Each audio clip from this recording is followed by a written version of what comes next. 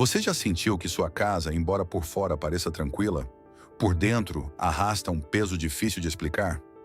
Você notou que certas marés de azar atingem exatamente onde mais dói, como se alguém estivesse mirando diretamente na sua família? Mas ninguém consegue ver de onde vem? E se eu lhe dissesse que, às vezes, o que parece ser uma simples tensão cotidiana é o eco de uma batalha que não se trava com olhos humanos? Hoje você vai descobrir algo que os primeiros cristãos conheciam muito bem e que muitas famílias esqueceram com o passar do tempo. Não é um costume vazio, não é uma mania antiga, é uma verdade espiritual que durante séculos sustentou lares inteiros quando o medo, a doença e a escuridão se infiltravam pelas frestas.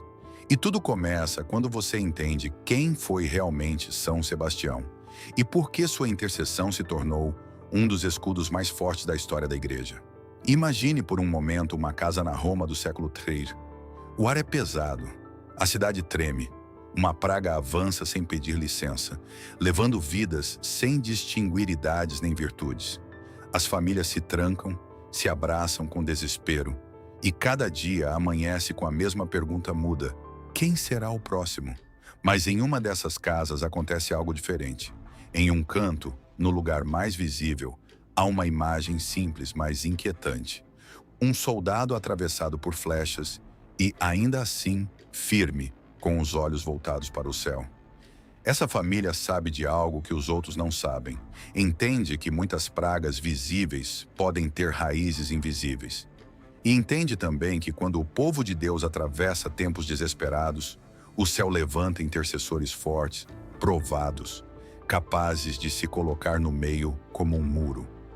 Aí começa a nossa história, com um soldado romano, que não foi apenas mais um mártir.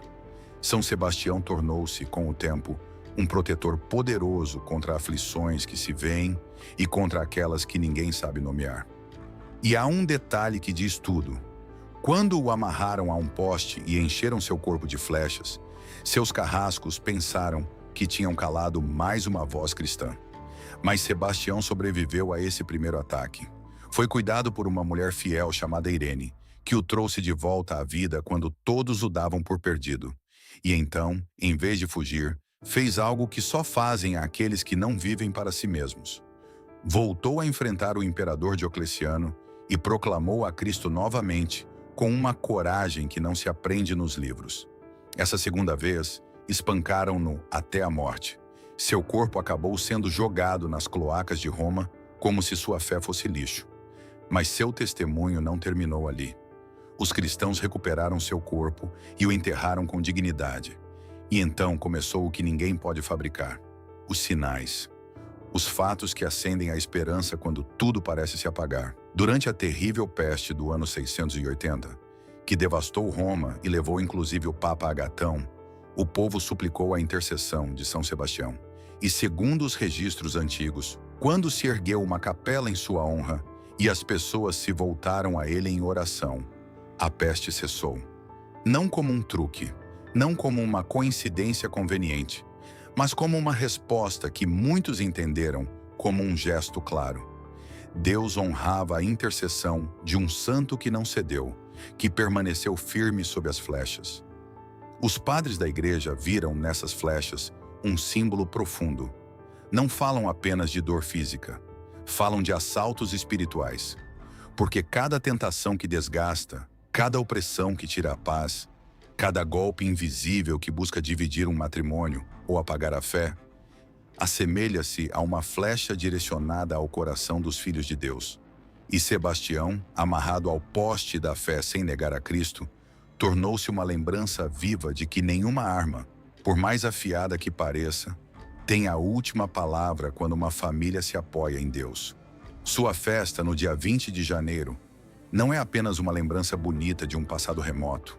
É uma data que a igreja vive como uma oportunidade presente, como uma espécie de aniversário espiritual, no qual muitas famílias, ao longo dos séculos, buscaram graça e proteção com uma confiança simples. Mas aqui está a chave que muitos não entendem. Essa proteção não funciona como algo automático. Não é mágica, não é um amuleto. Requer fé, requer intenção, requer ação. E antes de entrar nas 3 práticas concretas, preciso lhe perguntar algo que talvez você esteja evitando há tempo. Quando foi a última vez que você examinou o ambiente espiritual da sua casa? Não se vocês vão à missa aos domingos, mas se o seu lar está realmente ordenado sob Cristo. Sua casa é um santuário onde Deus reina, ou é um território em disputa onde o inimigo encontra frestas? Se você quiser, na próxima parte entraremos de cheio no que a igreja ensina sobre os ataques invisíveis, por que não é metáfora e por que um lar nunca é espiritualmente neutro. Continuamos? A pergunta não é se existem esses ataques invisíveis. A pergunta é, o que você vai fazer com essa realidade? Você vai ficar parado esperando que, com o tempo, tudo se resolva sozinho? Ou vai tomar as armas espirituais que Deus deu à sua igreja e lutar pela sua família com fé e coragem? São Sebastião não aceitou seu destino de maneira passiva. Manteve-se firme, proclamou a verdade, confiou na proteção de Deus, mesmo quando as flechas enchiam seu corpo. E Deus confirmou essa fé, fazendo dele um dos intercessores mais poderosos contra as pragas e os ataques espirituais em toda a história cristã. Agora deixe-me fazer uma pergunta que é profundamente pessoal. Quando foi a última vez que você examinou a atmosfera espiritual do seu lar? Não me refiro apenas a se você vai à missa aos domingos. Refiro-me a se sua casa está verdadeiramente consagrada a Cristo. Se é um lugar ordenado sob o seu senhorio, ou se, sem perceber, tornou-se um espaço onde o inimigo encontra portas abertas. Aqui está a primeira verdade que pode transformar sua maneira de ver tudo isso. Seu lar não é espiritualmente neutro. Ou é um santuário onde Deus reina, ou é um território em disputa onde o inimigo tem algum ponto de apoio. A família é chamada de igreja doméstica por uma razão. Da mesma forma que um templo é consagrado, abençoado e separado para o sagrado, sua casa também precisa estar espiritualmente ordenada sob o senhorio de Cristo. São Sebastião nos lembra que a proteção começa dentro de casa, quando uma família decide de forma consciente colocar-se sob a soberania de Deus. E isso não se trata de viver com medo, trata-se de autoridade. Quando você entende que, como cristão batizado, tem autoridade em Cristo para orientar seu lar para a glória de Deus, tudo muda. O inimigo treme quando uma família se mantém unida na fé. Pense no que significa um pai e uma mãe dizerem com uma só voz que aquela casa pertence a Cristo e que nada que se oponha a ele é bem-vindo ali. Ao longo da história, as famílias católicas entenderam isso. Usaram sinais sagrados, bênçãos e devoções, não como superstição, mas como ferramentas reais no combate espiritual. Em tempos de peste, recorriam a São Sebastião. Em tempos de opressão, recorriam a sacramentais como a água benta, o sal bento e as imagens sagradas. Em tempos de crise familiar, reuniam-se para rezar o terço e invocar a intercessão dos santos. Essas práticas funcionaram outrora e funcionam agora, não por mágica, mas porque Deus honra a fé do seu povo. Quando se une uma fé sincera às tradições sagradas da igreja, levanta-se um escudo espiritual poderoso que o inimigo não pode atravessar. Mas há uma condição que não pode ser evitada. É preciso agir, é preciso escolher, é preciso ser intencional. Porque se você ficar no vago, se apenas disser, tomara que melhore, sem tomar uma postura clara, o lar fica como um terreno sem dono, e esse vazio não permanece vazio. Por isso a fé não é apenas pensada, ela também é declarada, também é vivida, também é organizada dentro de casa, com decisões concretas que dizem, perante o céu e perante a terra, onde está a sua família e a quem ela pertence. E aqui vem o passo que prepara todo o resto. Antes de entrar na primeira prática concreta, quero que você se pergunte com total honestidade. Sua casa reflete que pertence a Cristo ou apenas diz isso da boca para fora? Há sinais visíveis de fé, ou eles foram sendo retirados aos poucos por vergonha, por comodidade, por medo do que os outros vão pensar? Você já percebeu como muitos lares católicos já não têm imagens sagradas, crucifixos, estampas, nada, como se a fé tivesse que se esconder para não incomodar? O que vem a seguir é uma prática antiga, profundamente católica e surpreendentemente direta. Não promete mágica, não vende amuletos. Convida você a um ato visível de fé, a uma proclamação clara dentro de sua própria casa. E esse ato, quando feito com reverência e confiança, torna-se um sinal que ordena o lar e fortalece a família. Na próxima parte, começamos com a primeira prática: colocar São Sebastião como guardião visível do seu lar, de maneira correta e com sentido católico autêntico. Há um gesto simples que, durante séculos, muitas famílias cristãs fizeram quando queriam proteger seu lar sem cair em medos nem superstições. Não era um adorno, não era um costume vazio, era uma proclamação visível de fé. A primeira prática poderosa é colocar São Sebastião como guardião visível de sua casa. Esta tradição está profundamente enraizada na fé católica. Ao longo do tempo, famílias inteiras colocavam uma imagem ou uma estátua de São Sebastião, especialmente perto da entrada, como sinal de consagração e proteção. Não faziam isso porque viviam aterrorizadas, mas porque queriam que seu lar declarasse com clareza a quem pertence. Porque essa imagem anuncia algo e o anuncia a todos os que entram, tanto aos que se veem quanto aos que não se veem. Proclama que aquela casa pertence a Cristo e que está sob a proteção de seus santos. E também lembra à própria família que ela não está sozinha em suas lutas. Assim como São Sebastião se manteve firme quando as flechas atravessaram sua carne, aquela família se mantém firme diante de qualquer ataque espiritual. Mas aqui há algo que você deve entender desde o princípio, com total clareza, para fazê-lo bem e com sentido católico autêntico. A imagem, por si mesma, não tem poder mágico. Não é um amuleto. Não é um talismã. A proteção não provém da madeira, da pedra ou do papel. A proteção vem de Deus pela intercessão de São Sebastião e é ativada pela sua fé. Por isso, não se trata de pendurar uma imagem como se fosse decoração. Trata-se de um ato consciente, reverente e cheio de autoridade espiritual. Como se faz isso corretamente em seu lar? Primeiro, escolha uma imagem digna de São Sebastião. Pode ser uma estátua, uma estampa, um cartão devocional ou uma imagem emoldurada. O tamanho importa menos do que a reverência com que você a trata. Depois, coloque-a em um lugar visível, idealmente perto da entrada principal ou em um espaço central onde a família se reúne. E antes de colocá-la, reúna sua família. Não faça isso sozinho e às pressas. Não transforme isso em algo sem alma. Faça desse momento um ato espiritual real. Comece com o sinal da cruz e depois rezem juntos uma oração simples. Você pode usar suas próprias palavras ou esta invocação tradicional, que expressa exatamente o sentido desta prática. São Sebastião, mártir valente e soldado fiel de Cristo, vós permanecestes firme quando as flechas atravessaram o vosso corpo. Permanecei agora como guardião deste lar, intercedei por nós diante do trono de Deus, protegei esta família de toda a praga visível e invisível. Guardai-nos dos ataques espirituais, das tentações e dos assaltos do inimigo. Que o vosso exemplo de fidelidade nos inspire a permanecer firmes em nossas provações.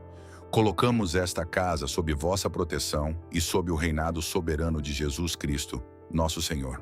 Amém. Depois de rezar, se tiver água benta, borrife a imagem com reverência. E então vem uma parte que muitas pessoas evitam por vergonha, mas que tem um peso enorme. Diga em voz alta, com autoridade, esta declaração: esta casa pertence a Cristo. E não diga isso sozinho. Faça com que cada membro da sua família diga também, sem nervosismo, sem pressa, sem olhar para o lado. As declarações importam. O mundo invisível responde a uma fé que se expressa com autoridade. Então, coloque a imagem no lugar escolhido e, a partir desse dia, quando passarem diante dela, reconheçam o que significa. Pode ser um sinal da cruz, uma oração breve ou mesmo um instante de silêncio que recorde que aquele lar está sob proteção divina. Ensine a seus filhos o que ela representa. Conte a eles a história de São Sebastião. Explique que honramos os santos não como se fossem deuses, mas como amigos poderosos que intercedem por nós no céu. E que nossa confiança final está em Deus, embora Ele queira agir através das orações de seus santos. E o que acontece quando se faz isso com fé sincera? Muitas vezes a mudança começa de forma sutil. Uma paz nova, menos discussões sem sentido, um desejo renovado de rezar juntos. São sinais de que a ordem espiritual do lar está sendo restaurada. Mas há uma advertência crucial. O inimigo não entrega território facilmente. Pode haver um tempo em que pareça que tudo piora. Provações inesperadas, tentações mais fortes, resistência dentro da família às práticas espirituais. E precisamente isso pode ser um sinal de que você está no caminho certo. O inimigo ataca o que teme perder. Mantenha-se firme. Conserve a imagem em seu lugar. Continue rezando. Continue declarando que aquela casa pertence a Cristo. A vitória chega. E agora lhe pergunto algo que dói, porque é real. Você reparou em quantas casas católicas hoje já não têm imagens sagradas? Quantas famílias retiraram crucifixos, estampas e símbolos de fé porque parecem antigos ou porque temem o que os convidados dirão? Isso é uma tragédia. Quando você retira os sinais visíveis da fé, cria um vácuo espiritual e o vácuo não fica vazio. Renove esta prática. Faça do seu lar um posto visível do reino de Deus. Que seus filhos cresçam cercados de lembretes de que pertencem a uma grande comunhão de santos que zela por eles, reza por eles e está pronta para ajudá-los em cada batalha. Lembre-se disso com clareza. Os santos não são figuras distantes do passado. São membros vivos do corpo de Cristo, mais vivos agora do que quando caminhavam pela terra. Eles veem você, ouvem você e intercedem por você. E muitas vezes a única coisa que falta para uma família receber ajuda é que alguém se atreva a pedi-la com fé e a honrá-la com simplicidade. Por isso, a segunda prática poderosa é o uso reverente da água benta em toda a sua casa. E não é superstição. É um dos sacramentais mais antigos e mais fortes que a Igreja usou ao longo dos séculos, especialmente em tempos de peste e de ataque espiritual. A água benta é a água que foi abençoada por um sacerdote seguindo os ritos oficiais da Igreja. Não é apenas um símbolo bonito. A Igreja ensina que os sacramentais são sinais sagrados que se assemelham aos sacramentos. Indicam efeitos, sobretudo espirituais, que se recebem pela intercessão da Igreja. E seu propósito é muito concreto: dispor-nos a receber o fruto principal dos sacramentos e santificar as circunstâncias da vida diária. Quando você usa água benta com fé, está lembrando o seu batismo, o momento em que foi limpo do pecado original e se tornou filho de Deus. E ao lembrá-lo, renova seu compromisso batismal e pede a proteção de Deus sobre sua vida e sobre seu lar. Você percebe o que isso significa? Não é um gesto vazio, é uma renovação de identidade. É dizer, eu pertenço a Cristo e minha casa também. Ao longo da história da Igreja, os cristãos abençoaram casas, famílias e espaços com água benta, e esta prática vem dos primeiros séculos e continua tendo aprovação plena hoje. A chave não está em fazer algo estranho, mas em fazê-lo bem, com fé, com ordem e com reverência. Como usar a água benta corretamente em seu lar para a proteção espiritual? O primeiro passo é consegui-la em sua paróquia. Muitas igrejas têm uma pia ou uma fonte de água benta perto da entrada, onde você pode encher um frasco pequeno. Se em sua paróquia não estiver disponível, peça ao seu sacerdote para abençoar água para você. Guarde-a em um recipiente limpo e tratado com respeito. Algumas famílias colocam uma pequena pia em casa, perto da porta, mas se você não tiver, um frasco simples em um lugar reservado funciona perfeitamente. O importante é a reverência, porque esta não é uma água qualquer. Foi separada pela oração da Igreja. E agora vem a prática concreta. Pelo menos uma vez por semana, preferencialmente no domingo ou em outro dia significativo, reúna sua família e percorram juntos a casa com a água benta. Ao entrar em cada cômodo, façam o sinal da cruz com a água. Você pode molhar os dedos e traçar a cruz nos batentes das portas, perto das janelas, ou abençoar o espaço com um gesto simples. E enquanto o faz, reze. Você pode usar orações tradicionais como o Salmo 91, o Credo ou o Pai Nosso. Ou pode falar do coração, pedindo a Deus que abençoe e proteja cada canto. Uma oração simples, enquanto usa a água benta, poderia ser assim: Senhor Jesus Cristo, por esta água benta que a tua Igreja abençoou, Pedimos proteção sobre este quarto, sobre este lar e sobre esta família. Pelo poder da tua morte e ressurreição, selado em nosso batismo, afasta toda influência do mal. Protege-nos de ataques espirituais, das armadilhas do inimigo e de toda praga invisível que queira nos prejudicar. Abençoa este lugar e torna-o santo. Enche-o com a tua presença e com a tua paz. Confiamos na tua misericórdia. Pela intercessão de São Sebastião e de todos os santos, guarda esta casa de dia e de noite. Amém. Depois, borrife a água benta no cômodo. Não precisa exagerar, mas também não seja tímido. Isso é combate espiritual e se age com autoridade como filho de Deus. Continue por cada espaço, quartos, cozinha, sala, inclusive armários e áreas de serviço. A casa inteira deve ser abençoada. E se você estiver atravessando um momento de dificuldade espiritual particular, quando notar opressão, medo ou uma inquietude estranha dentro de casa, use-a com mais frequência. Não há um limite de vezes. Algumas famílias fazem o sinal da cruz com água benta sobre si mesmas e sobre seus filhos todas as manhãs, antes de sair, pedindo proteção durante o dia. É uma prática simples e, ao mesmo tempo, profundamente poderosa. Ensine a seus filhos o que isso significa. Deixe que participem.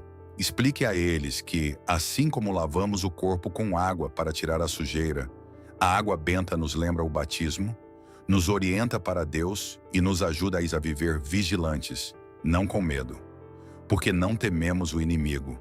Cristo já o venceu na cruz. Mas somos prudentes e usamos as armas espirituais que Deus nos deu. O que acontece quando uma família usa a água benta com constância e fé? Muitas famílias descrevem uma mudança real no ambiente do lar. Mais paz, mais calma, menos pesadelos e menos sono inquieto, especialmente nas crianças. Menos conflitos inexplicáveis. Um novo desejo de rezar. Não como mágica, mas como fruto de uma vida de fé que se torna concreta. Mas há uma advertência que não pode ser ignorada. A água benta não funciona como uma poção automática. Seu fruto depende da sua fé, do seu estado de graça e da sua vida espiritual.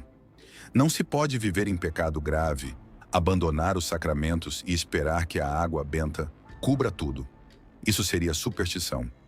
Por outro lado, quando se une a confissão frequente, a missa, a oração e a vida virtuosa com o uso reverente de sacramentais, o lar torna-se uma fortaleza espiritual. Onde Cristo reina e a família vive em graça, o inimigo não encontra entrada. Agora pergunto diretamente: você tem água benta em casa neste momento? Se não tem, por que não? É algo simples, mas tantas famílias o negligenciam. Decida hoje. Esta semana, vá à sua paróquia, consiga-a e comprometa-se a abençoar seu lar com regularidade. Há datas que a igreja guarda não apenas como lembranças, mas como portas que se abrem a cada ano para renovar uma graça. A festa de São Sebastião, 20 de janeiro, é uma dessas datas.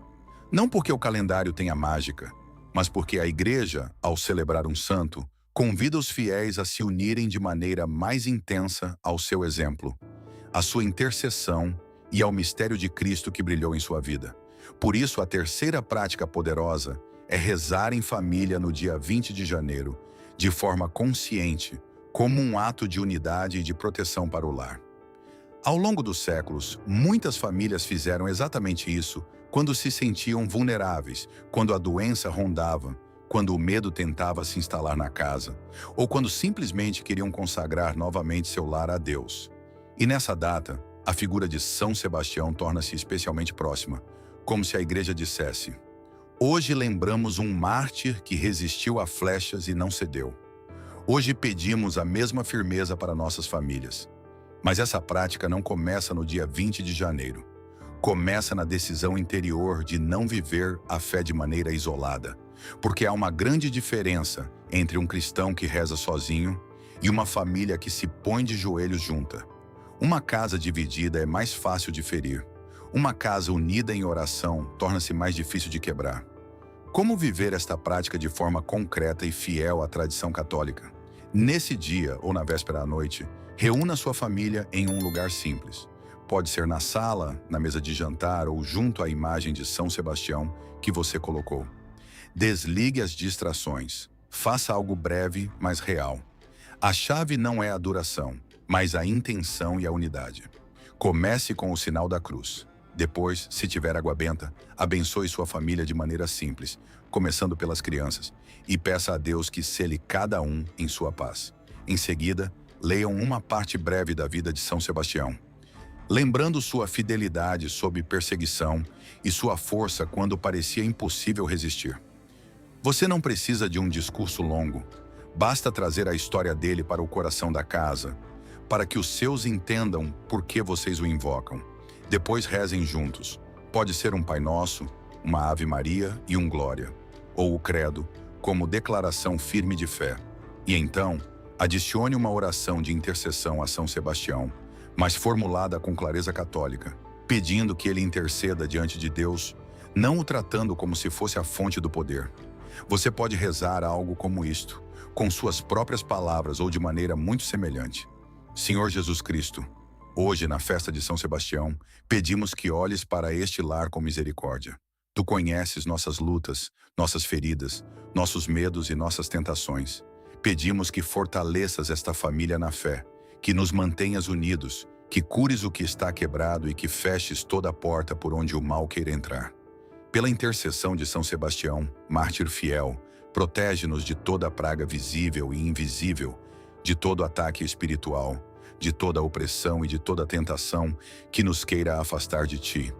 Faz desta casa um lugar de paz, de caridade, de pureza e de esperança. Que aqui sejas amado, honrado e obedecido. Amém. Em seguida, vem um momento que pode parecer simples, mas que tem um peso enorme se for feito com fé. Cada membro da família, um por um, pode dizer uma frase breve. Não precisa ser perfeita, basta que seja sincera. Por exemplo, Senhor, protege nossa família. Senhor, dá-me força para ser fiel. Senhor, cuida dos meus filhos. São Sebastião, rogai por nós. Isso mantém todos envolvidos, especialmente as crianças, e transforma a oração em algo vivo, não em um ritual mecânico. E se puder, nesse dia acrescente algo mais que une o espiritual ao concreto. Uma confissão nos dias próximos, se possível. Ou a participação na missa. Porque o que sustenta de verdade a proteção do lar não é apenas uma prática devocional, mas a vida de graça. A devoção torna-se forte quando caminha de mãos dadas com os sacramentos. Se a família reza no dia 20 de janeiro, mas vive desconectada da confissão, da missa e de uma vida de caridade, essa oração corre o risco de ficar apenas em um gesto bonito. Por outro lado, quando uma família reza, reconcilia-se com Deus e se esforça para viver em graça, o lar fortalece-se por dentro. Agora faço uma pergunta que pode mudar tudo. Se sua família se reunisse hoje para rezar junta, nem que fosse por 5 minutos, o que aconteceria? Haveria resistência, deboche, desconforto, silêncio? E se houvesse, não seria precisamente isso um sinal de que há uma batalha real pelo coração da sua casa? Esta prática do dia 20 de janeiro não se trata de obrigação, trata-se de fincar uma bandeira. Trata-se de dizer, nossa família não caminha sozinha, nossa casa pertence a Cristo e buscamos a ajuda do céu com humildade e confiança. Agora temos que falar de um erro crítico que muitas pessoas cometem sem perceber. Porque tudo o que vimos, a imagem de São Sebastião no lar, o uso da água benta, a oração em sua festa, são práticas católicas legítimas, apoiadas na Escritura e na tradição. Mas podem deformar-se se o coração errar a direção. E quando isso ocorre, a devoção deixa de ser um caminho para Cristo e torna-se superstição. Quero ser absolutamente claro. Colocar uma imagem de São Sebastião em casa não cria um campo de força automático. Usar água benta não expulsa o mal como se fosse um mecanismo garantido. Deus não é uma máquina onde você insere os gestos corretos e recebe resultados obrigatórios. O poder não está no objeto material nem na ação externa por si mesma. O poder está em Deus, e sua graça é acolhida com fé, com humildade e com uma vida real orientada para Ele. Por isso, Estas práticas são fortes quando vividas como o que verdadeiramente são. A água benta é poderosa porque a oração da igreja a acompanha e porque nos lembra o batismo. A oração na festa de um santo é poderosa porque nos une à vida da igreja e nos alinha à sua intercessão. A imagem do santo é um sinal visível de fé, uma proclamação de pertença a Cristo. Mas nada disso funciona sem fé viva, sem estado de graça e sem uma relação autêntica com Deus. Aqui vem uma verdade incômoda, mas necessária. Você não pode viver em pecado mortal e esperar que estas práticas o protejam, como um escudo automático. Você não pode tratar com dureza seu cônjuge ou seus filhos e depois exigir que uma imagem de um santo traga paz ao seu lar. Isso seria zombar da fé e, pior ainda, ofender a Deus. A igreja adverte com clareza contra a superstição, que consiste em atribuir uma eficácia quase mágica a práticas que, por si mesmas, não são mágica, mas auxílios que nos dispõem a graça. Quando se acredita que o resultado depende do gesto externo e não do coração convertido, a devoção esvazia-se. Então, qual é a base real da proteção espiritual em uma casa? É a vida de graça, é a conversão, é o retorno sério para Deus. A confissão frequente limpa o pecado e renova a graça santificante. Isso é essencial. Se há pecado grave, o primeiro passo não é buscar técnicas. O primeiro passo é voltar para a misericórdia de Deus. A Eucaristia alimenta a alma e fortalece contra a tentação. A oração diária sustenta a vigilância espiritual. E a vida de caridade, o perdão, a misericórdia, não são extras. São o fundamento. Porque um lar onde se perdoa, onde se vive com humildade e onde Cristo é obedecido, torna-se um lugar onde o inimigo não consegue estabelecer controle. Agora entenda isso da forma correta. Coloque São Sebastião em seu lar como sinal da sua fé e do seu compromisso com Cristo. Não como um amuleto. Use a água benta com reverência e confiança na bênção de Deus, não como um ritual supersticioso. Reze em família no dia 20 de janeiro como um ato de unidade e de dependência de Deus, não como um costume que se cumpre e se esquece. São Sebastião sempre aponta para Cristo, nunca para si mesmo. Se ele pudesse falar face a face com você, diria que sua salvação e sua proteção vêm de Jesus, por sua morte e ressurreição. E quando você faz assim, estas práticas antigas deixam de ser gestos isolados e tornam-se armas espirituais, usadas com sabedoria, sustentadas pela fé e ordenadas para a única coisa que importa de verdade, que sua família cresça em santidade. O inimigo pode rondar, pode tentar, pode pressionar, mas não pode dominar um lar onde reina a graça. Não pode semear o mesmo caos em uma casa onde se vive em verdade, onde se reza e onde se ama. E agora deixo você com perguntas que não se respondem com palavras bonitas, mas com decisões. Se São Sebastião se plantou diante do imperador, sabendo que isso lhe custaria a vida, o que você está disposto a fazer para proteger a alma da sua família? O que você vai mudar hoje, não amanhã, para fechar as portas que o pecado e a tibieza deixaram abertas?